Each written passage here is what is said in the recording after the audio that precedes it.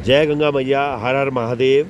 आज हमारे समक्ष हैं डॉक्टर योगेश गुप्ता जी, जो कि एक गृहस्थ क्रिया योगी हैं। बहुत समय से क्रिया योग की साधना कर रहे हैं और साथ में डॉक्टर साहब हमारे पूर्व सीएमएस रहे हैं, गाज़ियाबाद में अपर निदेशक रहे हैं, प्रयागराज में। तो सांसारिक संपन्नता के बाद भी उनने क्रिया योग की साधना में बहुत आगे बढ़े हैं और एक परफेक्ट एग्जाम्पल उनके द्वारा मिलता है कि कैसे हम अपने जीवन में बैलेंस रखते हुए भी ध्यान साधना के मार्ग में भी आगे बढ़ सकते हैं। तो डॉक्टर साहब, आपको बहुत बहुत नमन, और आपका इस गंगा जी की पावन धरती पे और संत महात्माओं की बहुत तपस्या स्थली गंगोत्री में बहुत बहुत स्वागत आपका। मैं भी सबको प्रणाम करता हूँ, सब दर्शकों को। जी बिल्कुल, मेरी तरफ से बहुत बहुत प्रणाम जी।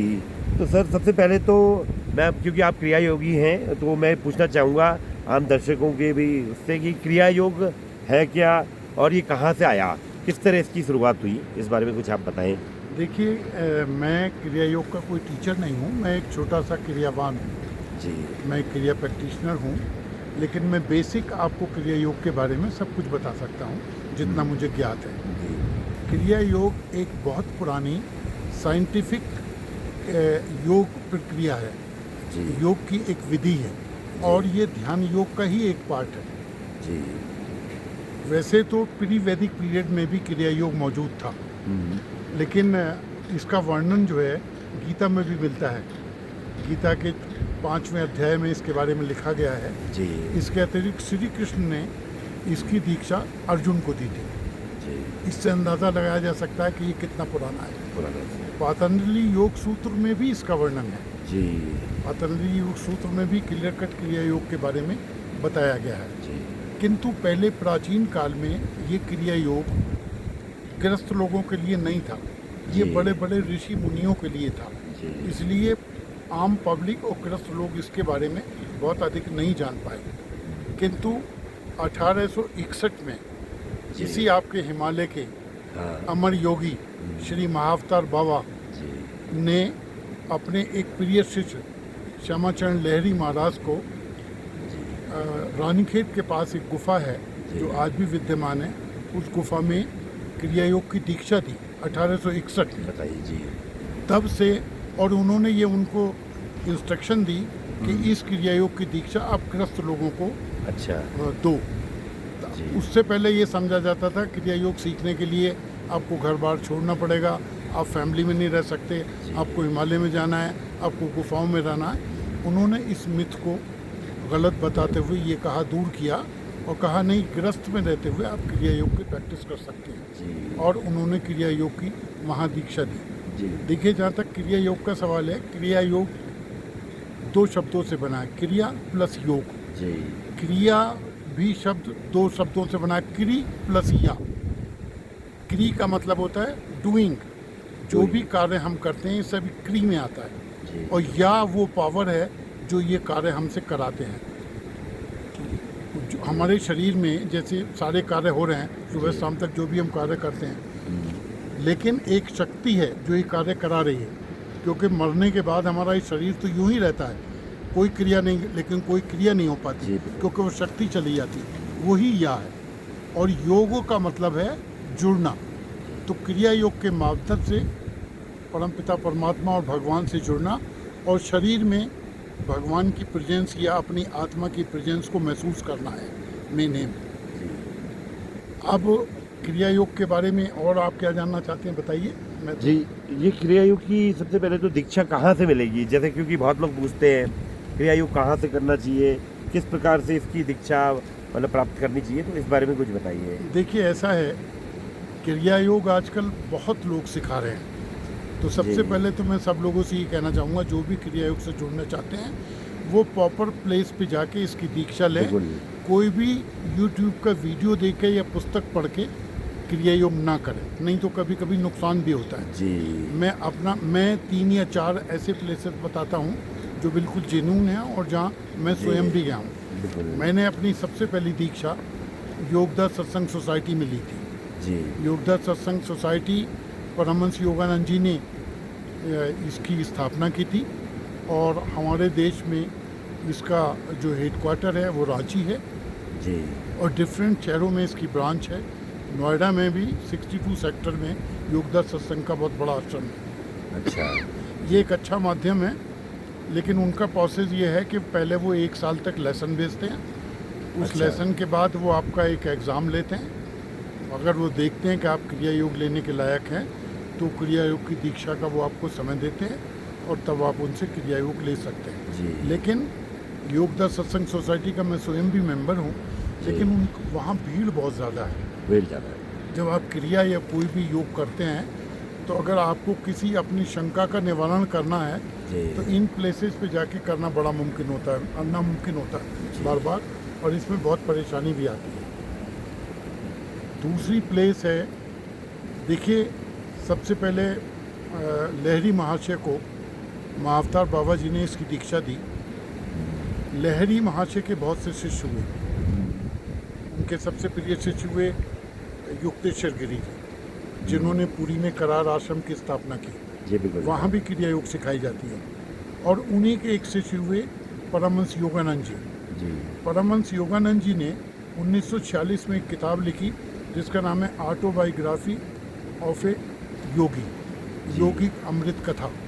हाँ इस पुस्तक के बाद ही लोग क्रिया योग के बारे में जान पाए और महाअवतार बाबा और सब लोगों के बारे में भी सबसे ज़्यादा प्रचलन इस बुक के कारण हुआ। जी तो एक मैं ये भी एडवाइस करूँगा, जो भी क्रिया योग सीखना चाहते हैं सबसे पहले इस पुस्तक को पढ़ें। अब दूसरा जो बहुत ही जेनून और बहुत सिंपल और बहुत अच्छा स्थान है वो लहरी महाशय के प्रपुत्र जी बनारस में चलाते हैं। बनारस में एक सत्यलोक है।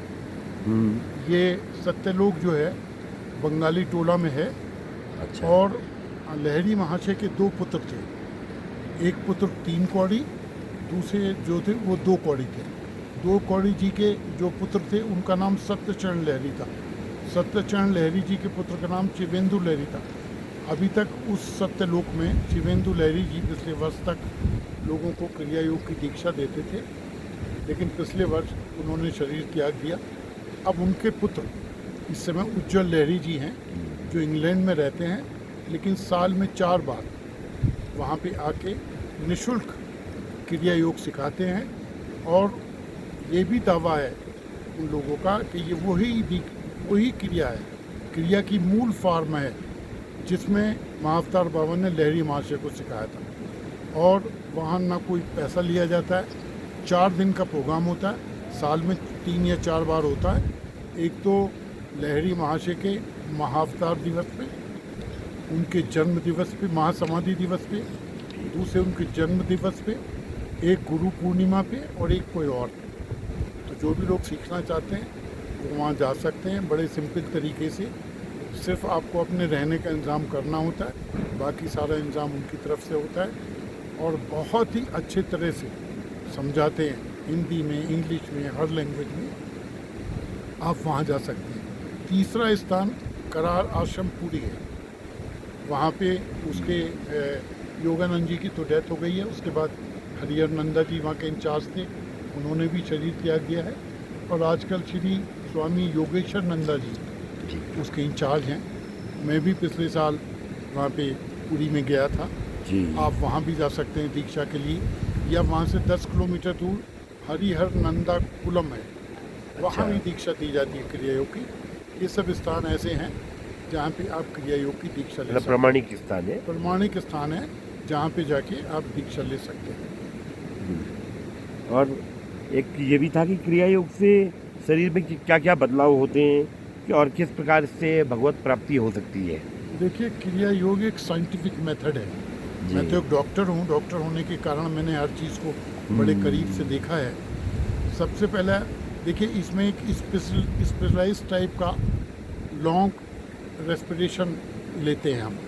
हाँ अब लॉन्ग इनहेलेशन और एक्सहेलेशन के कारण हमारे शरीर के अंदर ऑक्सीजन की मात्रा बढ़ जाती है, hyper oxygenation of the blood हो जाता है, बिल्कुल। जिसके कारण जैसे नॉर्मल हमारा रेस्पिरेशन रेट 15 से 20 है। जी तो जब आप क्रिया की प्रैक्टिस करने लगते हैं तो धीरे धीरे आपका रेस्पिरेशन रेट कम हो जाता है। और ये देखा गया है, जितने योगी क्रिया योग की प्रैक्टिस कर रहे हैं उन सब का रेस्पिरेशन रेट 8 से 10 हो गया है पर मिनट। बताइए। और आप ये भी जानते हैं सब लोग कि जो जानवर जितना कम सांस लेता है, जितने कम बार सांस लेता है, उतनी उसकी आयु लंबी होती है। जी बिल्कुल। जैसे कछुआ है वो 3 से 4 रेस्पिरेशन लेता है 1 मिनट में, और 150 से 300 साल तक जिंदा रहता है। इस कारण जब आपका रेस्पिरेशन रेट घट जाता है तब आपकी बॉडी के अंदर डिकेइंग ऑफ सेल रुक जाती है, और डिवीज़न ऑफ सेल भी रुक जाती है, ग्रोथ ऑफ सेल भी कम हो जाता है, स्लो हो जाता है, जिसके कारण आपकी बॉडी का एजिंग प्रोसेस स्लो हो जाता है, जिससे आपकी एज बढ़ जाती है। इसके अतिरिक्त क्योंकि आप अपने ध्यान को क्रिया योग में मूलाधार से क्राउन चक्र तक ले जाते हैं, तो कुछ समय की प्रैक्टिस के बाद आपके स्पाइनल कॉलम में एक मैग्नेटिक अफेक्ट हो जाता है, जिसके कारण आपकी प्राण ऊर्जा मूलाधार से चक्राधार की ओर बहने लगती है ऑटोमेटिक तरीके से, और धीरे धीरे आप अपने आत्मा की प्रेजेंस को आप महसूस करते हैं। आपके काम एंड क्वाइटनेस आ जाती है, और आपके ब्रेन की जो फियर एंड फ्राइट, जो आपकी बहुत मेनली हर आदमी फियर एंड फ्राइट में रहता है, उससे आदमी कामनेस की तरफ आ जाता है, और आपके थॉट्स भी कंट्रोल हो जाते हैं। जिन थॉट्स की वजह से आप ज़िंदगी भर परेशान रहते हैं, ये थॉट्स भी बहुत कम हो जाते हैं, कूल डाउन हो जाता है इंसान, और आपकी चेतना का विस्तार होता है, और धीरे धीरे इसी तरह आप भगवत प्राप्ति की ओर बढ़ते हैं। और लास्ट स्टेज जिसकी समाधि स्टेज है, उसी स्टेज में आके आप भगवान की प्राप्ति करते हैं। लेकिन ये सब एक दिन में नहीं हुआ, धीरे धीरे धीरे रेगुलर प्रैक्टिस से और गुरु की कृपा से, बिना किसी सतगुरु के आप नहीं पहुंच सकते। योगानंद जी ने लिखा है अपनी पुस्तक में कि क्रिया योग एक एरोप्लेन मात्र एक एरोप्लेन वे है भगवान प्राप्ति का, बस this plane must be piloted by guru. बिना गुरु के कुछ नहीं है, इसलिए प्रॉपर गुरु से गुरु के द्वारा दीक्षा लेने के बाद ही क्रिया करनी चाहिए, इससे बहुत लाभ होगा। धन्यवाद जी। और एक अंतिम सवाल आपसे, ये आप बता रहे थे पहले, महाअवतार बाबा की जो केव है, गुफा है, वो कहाँ पर है, और इसके बारे में कुछ आप बताएं। जी, ये अल्मोड़ा डिस्ट्रिक्ट में है जी। आज भी हज़ारों लोग वहाँ पे जाते हैं, आप भी कोई भी जा सकते हैं। ये रानीखेत से द्वाराहाट जाना पड़ता है, और द्वाराहाट से 10 किलोमीटर आगे कुकुचीना एक जगह है। अच्छा, और कुकुचीना में ही द्रोणागिरी पर्वत है जी। तो पहले आप बाय रामनगर भी जा सकते हैं, बाय हल्द्वानी भी जा सकते हैं। आप पहले हल्द्वानी जाइए, हल्द्वानी से द्वाराहाट से कुकुचीना, और कुकुचीना से 3.5 किलोमीटर दूर ये गुफा है। 2 किलोमीटर तक तो आप बाई कार जा सकते हैं, और उसके बाद 1.5 किलोमीटर ऊपर चढ़ाई है, लेकिन हर एज के लोग जाते हैं।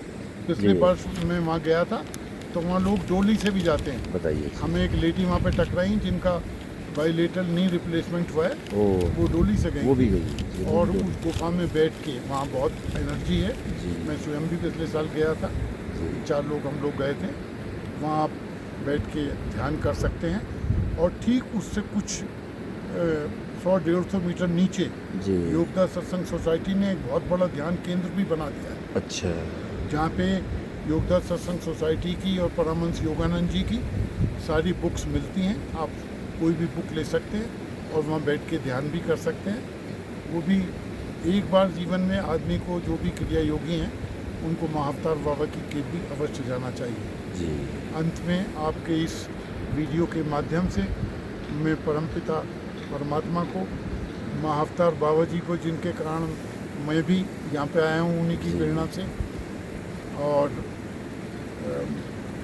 श्यामाचरण लहरी जी को, युक्तेश्वर गिरी जी को, परमहंस योगानंद जी को, और अन्य सभी धर्मों के महात्माओं को प्रणाम करता हूँ, धन्यवाद देता हूँ, स्पेशली महाअवतार बाबा जी को, जिन्होंने इतनी बड़ी विद्या ग्रस्त लोगों को लिए दी। हम सबको इसका लाभ उठाना चाहिए। धन्यवाद। बहुत बहुत धन्यवाद डॉक्टर साहब।